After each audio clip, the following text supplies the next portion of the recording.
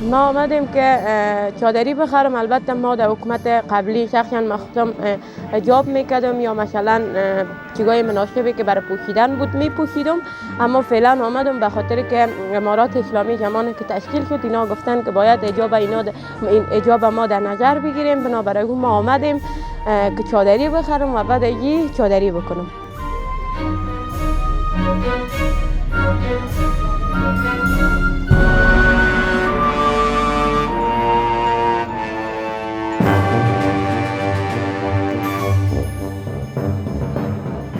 روز دوم طالبا ما که آمدن ما می چادری رو آوردیم دیگه. تا همی دین روزم 60 دانه ما چادری فروخته بودیم. همین روزم همی بیشتر 5 دانه فرمایش از یک مشتری بود که ما برشان رویی کردم. ما خو از طریق همی فیسبوک و وبسایت داریم فروشات میکنیم دیگه. مشتری ها کسایشون که میخوان که آدرس بیاین، آدرس ما نمایان است اینجا میاین از آدرس ما میخرن.